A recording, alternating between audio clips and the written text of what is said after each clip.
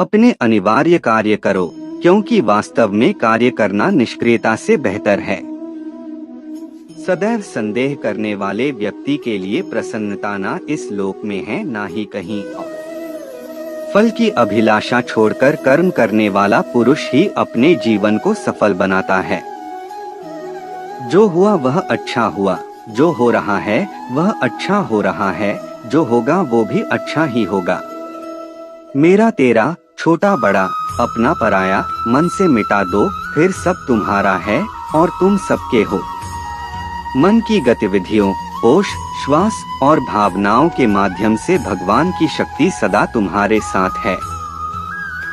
धरती पर जिस प्रकार मौसम में बदलाव आता है, उसी प्रकार जीवन में भी सुख आता जाता रहता है। लोग आपके अपमान के बारे में हमेशा बात करेंगे। सम्मानित व्यक्ति के लिए अपमान मृत्यु से भी बदतर है।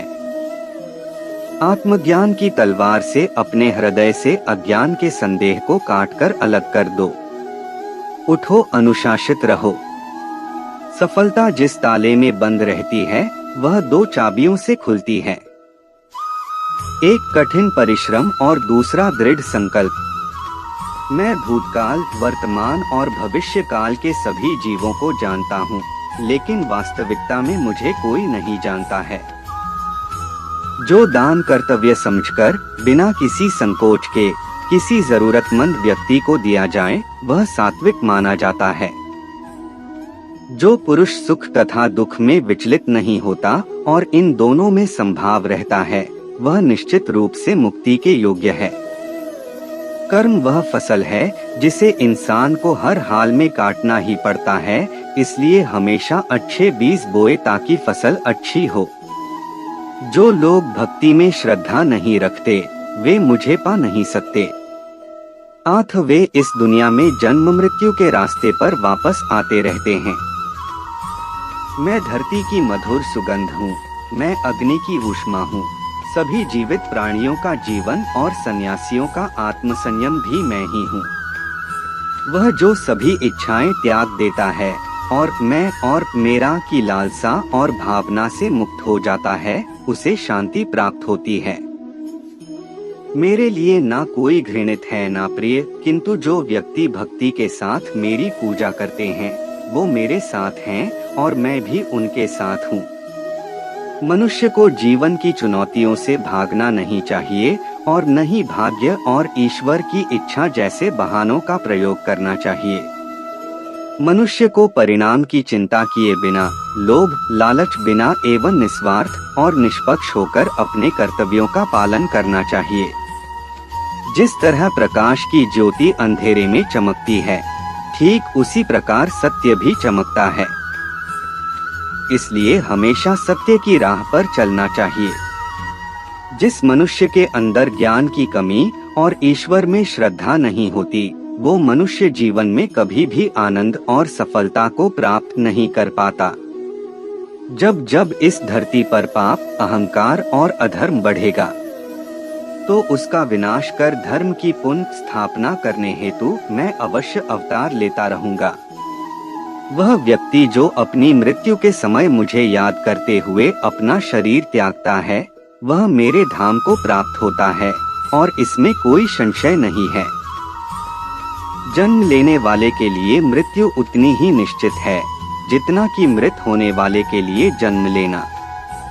इसलिए जो अपरिहार्य है उस पर शोक मत करो। वह जो वास्तविकता में मेरे उत्कृष्ट जन्म और गतिविधियों को समझता है, वह शरीर त्यागने के बाद पुनः जन्म नहीं लेता और मेरे धाम को प्राप्त होता है। जो होने वाला है वो होकर ही रहता है और जो नहीं होने वाला वह कभी नहीं होता। ऐसा निश्चय जिनकी बुद्धि में होता है, उन्हें चिंता कभी नहीं सताती है। अपने परम भक्तों, जो हमेशा मेरा स्मरण या एक चित्त मन से मेरा पूजन करते हैं, मैं व्यक्तिगत रूप से उनके कल्याण का उत्तरदायित्व लेता हूँ। जो कोई भी व्यक्ति जिस किसी भी देवता की पूजा विश्वास के साथ करने की इच्छा रखता है, मैं उस व्यक्ति का विश्वास उसी देवता में दृढ़ कर देता हूँ। अच्छे कर्म करने के बावजूद भी लोग केवल आपकी बुराइयां ही याद रखेंगे, इसलिए लोग क्या कहते हैं इस पर ध्यान मत दो, तुम अपना कर्म करते रहो। मानव कल्याण ही भगवत गीता का प्रमुख उद्देश्य है। इसलिए मनुष्य को अपने कर्तव्यों का पालन करते समय मानव कल्याण को प्राथमिकता देना चाहिए। इतिहास कहता है कि कल सुख था, विज्ञान कहता है कि कल सुख होगा, लेकिन धर्म कहता है कि अगर मन सच्चा और दिल अच्छा हो तो हर रोज सुख होगा।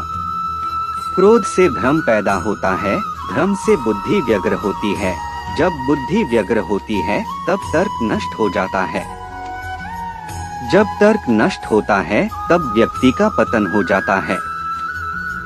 अपने आप को ईश्वर के प्रति समर्पित कर दो, यही सबसे बड़ा सहारा है। जो कोई भी इस सहारे को पहचान गया है वह डर, चिंता और दुखों से आजाद रहता है। मनुष्य को अपने कर्मों के संभावित परिणामों से प्राप्त होने वाली विजय या पराजय, लाभ या हानि, प्रसन्नता या दुख इत्यादि के बारे में सोचकर चिंता से ग्रसित नहीं होना चाहिए। तुम क्यों व्यर्थ में चिंता करते हो? तुम क्यों भयभीत होते हो? कौन तुम्हें मार सकता है? आत्मा न कभी जन्म लेती है और न ही इसे कोई मार सकता है। ये ही जीवन का अंतिम सत्य है। जिसने मन को जीत लिया है उसने पहले ही परमात्मा को प्राप्त कर लिया है, क्योंकि उसने शांति प्राप्त कर ली है। ऐसे मनुष्य के लिए सुख दुख, सर्दी गर्मी और मान अपमान एक से है। श्रेष्ठ पुरुष को सदैव अपने पद और गरिमा के अनुरूप कार्य करने चाहिए, क्योंकि श्रेष्ठ पुरुष जैसा व्यवहार करेंगे तो इन्हीं आदर्शों के अनुरूप सामान्य पुरुष भी वैसा ही व्यवहार करेंगे। जिसने मन को जीत लिया है उसने पहले ही परमात्मा को प्राप्त कर लिया है, क्योंकि उसने शांति प्राप्त कर ली है। ऐसे मनुष्य के लिए सुख दुख, सर्दी गर्मी और मान अपमान एक से है। न तो यह शरीर तुम्हारा है और न ही तुम इस शरीर के मालिक हो। यह शरीर 5 तत्वों से बना है, आग, जल, वायु, पृथ्वी और आकाश। एक दिन यह शरीर इन्हीं 5 तत्वों में विलीन हो जाएगा।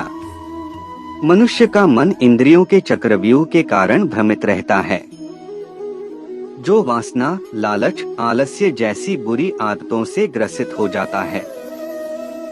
इसलिए मनुष्य का अपने मन एवं आत्मा पर पूर्ण नियंत्रण होना चाहिए। मनुष्य को अपने धर्म के अनुसार कर्म करना चाहिए। जैसे विद्यार्थी का धर्म विद्या प्राप्त करना, सैनिक का धर्म देश की रक्षा करना आदि। जिस मानव का जो कर्तव्य है उसे वह कर्तव्य पूर्ण करना चाहिए। मैं सभी प्राणियों को एक समान रूप से देखता हूँ। मेरे लिए ना कोई कम प्रिय है ना ही ज्यादा। लेकिन जो मनुष्य मेरी प्रेम पूर्वक आराधना करते हैं वो मेरे भीतर रहते हैं और मैं उनके जीवन में आता हूँ। तुम्हारा क्या गया जो तुम रोते हो? तुम क्या लाए थे जो तुमने खो दिया? तुमने क्या पैदा किया था जो नष्ट हो गया? तुमने जो लिया यहीं से लिया, जो दिया यहीं पर दिया। जो आज तुम्हारा है कल किसी और का होगा, क्योंकि परिवर्तन ही संसार का नियम है। जो मनुष्य जिस प्रकार से ईश्वर का स्मरण करता है उसी के अनुसार ईश्वर उसे फल देते हैं। कंस ने श्री कृष्ण को सदैव मृत्यु के लिए स्मरण किया तो श्री कृष्ण ने भी कंस को मृत्यु प्रदान की। अतः परमात्मा को उसी रूप में स्मरण करना चाहिए जिस रूप में मानव उन्हें पाना चाहता है।